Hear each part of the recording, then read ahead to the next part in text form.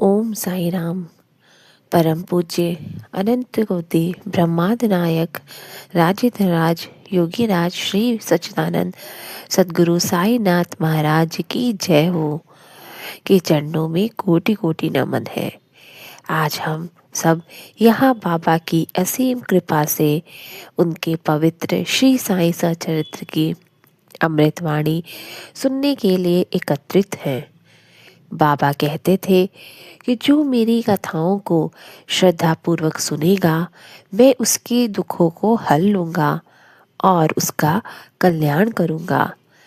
आज के इस सत्र में हम अध्याय 35 की उन लीलाओं के बारे में जानेंगे जहाँ बाबा ने यह सिद्ध किया वे केवल एक शरीर नहीं बल्कि कण कण में व्याप्त एक दिव्य शक्ति है। वे हमारे मन के संदेहों को जानते हैं और हमारी प्यास को बिना कहे ही बुझाते हैं। मित्र का स्वभाव और शर्त। काका महाजनी के एक मित्र थे जो मुंबई में रहते थे। वे स्वभाव से बहुत ही तर्कवादी थे। केवल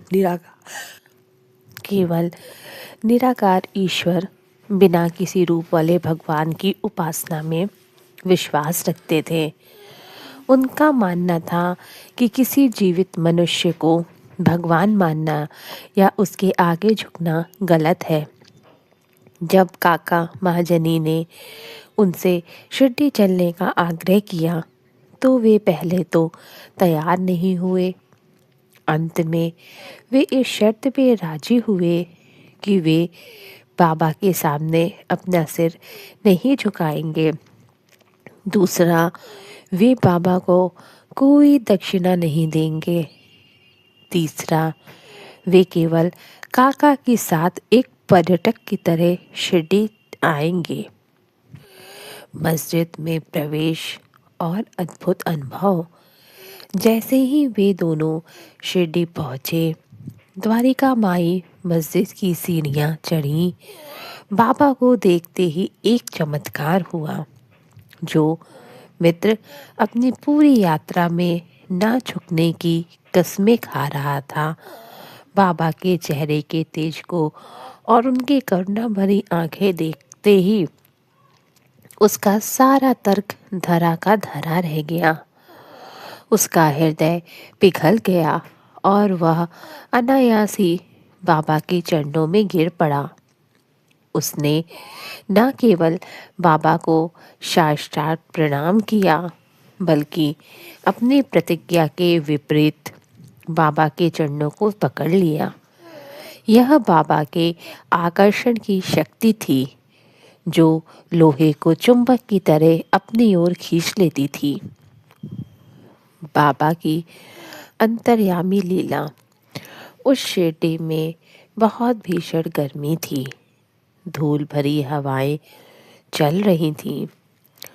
मस्जिद में बैठने के कुछ ही समय बाद काका के मित्र को बहुत तेज प्यास लगी।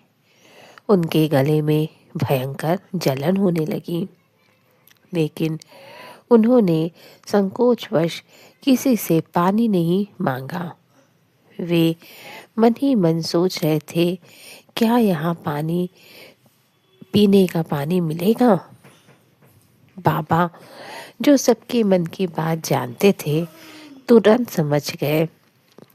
उन्होंने किसी से कहा नहीं बल्कि सीधे काका महाजनी की ओर देखे और बोले, बहुत गर्मी है, क्या पानी मिलेगा? तभी एक पानी का थैला वाला व्यक्ति मस्जिद के पास से गुजरा। बाबा ने उसे बुलाया और सबको पानी पिलाने को कहा। काका के मित्र ने जैसे ही वो ठंडा जल पिया, उनकी आत्मा तृप्त हो गई। उन्हें तब समझ आया कि बाबा ने पानी अपने लिए नहीं बल्कि उनकी प्यास बुझाने के लिए मंगवाया था। दक्षिणा का रहस्य। जब जाने का समय आया तो काका महाजनी ने बाबा को दक्षिणा दी। उनके मित्र जो पहले तय कर चुके थे कि वे एक पैसा नहीं देंगे, अब पूरी तरह बदल चुके थे। उनके मन में व्याकुलता होने लगी कि वे बाबा को कुछ अर्पित करें। बाबा ने उनकी स्थिति देखकर उनसे दक्षिणा मांगी। मित्र ने बड़ी खुशी खुशी और श्रद्धा के साथ बाबा को पैसे दिए। उनका वह अहंकार कि मैं पैसे नहीं दूंगा पूरी तरह नष्ट हो चुका था। अहंकार का अंत। मनुष्य चाहे जितनी भी प्रतिज्ञा कर ले, ईश्वर की शक्ति के सामने उसका अहंकार नहीं टिकता। पान वाले का शिरडी आना। एक बार एक व्यक्ति जो पेशे से पान बेचने वाला था, बाबा के दर्शन के लिए शिरडी आया। वह बाबा का भक्त था, लेकिन स्वभाव से थोड़ा कंजूस था। उसे अपने धन से बहुत लगाव था।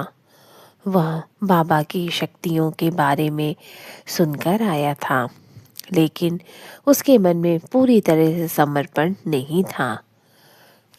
बाबा की दक्षिणा की मांग।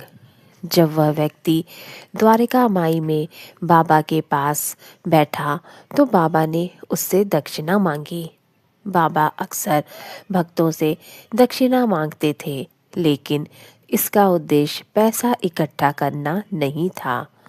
बाबा का उद्देश्य भक्त के भीतर से लोभ यानी लालच को निकालना और उसके प्रारब्ध यानी पुराने कर्मों को काटना होता था। मन की दुविधा और मोह। उस पान वाले ने जब हाथ डाला, उसके पास कुछ पैसे थे।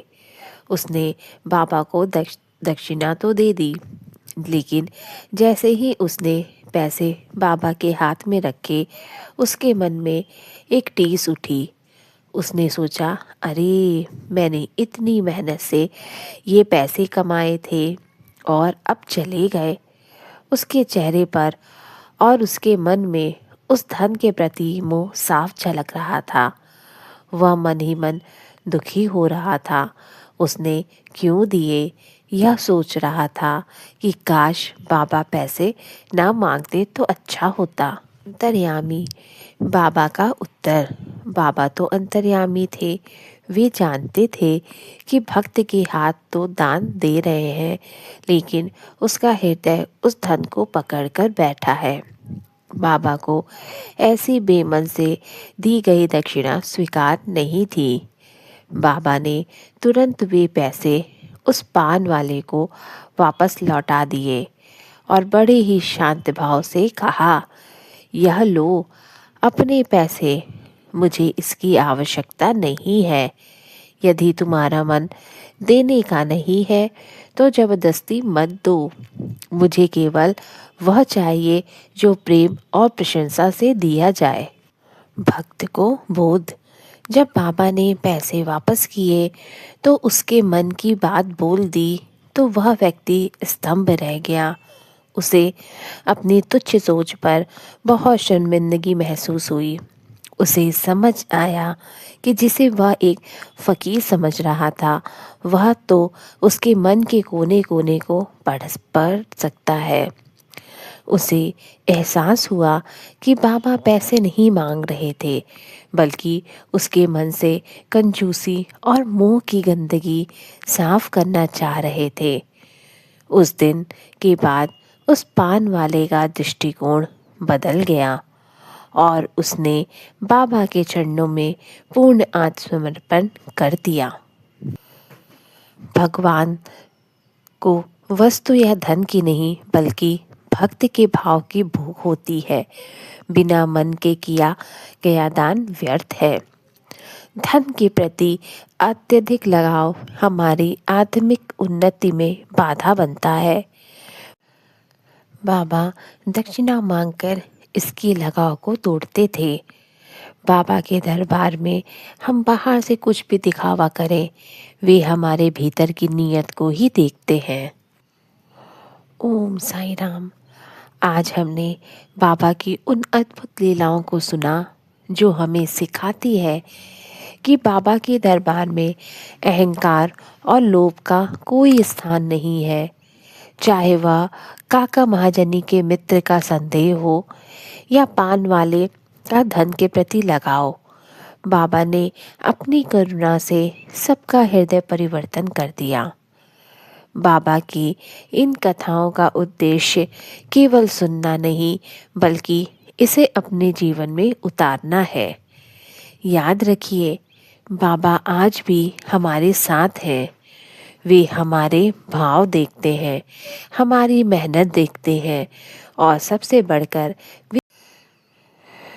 वे हमारे भीतर की सच्चाई देखते हैं। जैसे बाबा ने भक्त डॉक्टर को श्री राम के रूप में दर्शन दिए, ईश्वर हम सबको अपनी भक्ति का वही सुख प्रदान करे। आइए अंत में बाबा की जयकार करते हुए इस सत्संग को विराम देते हैं। अनंत कोटि ब्रह्मांड नायक राजाधिराज योगीराज श्री प्रति सच्चिदानंद सद्गुरु साईनाथ महाराज की जय। ओम साई राम।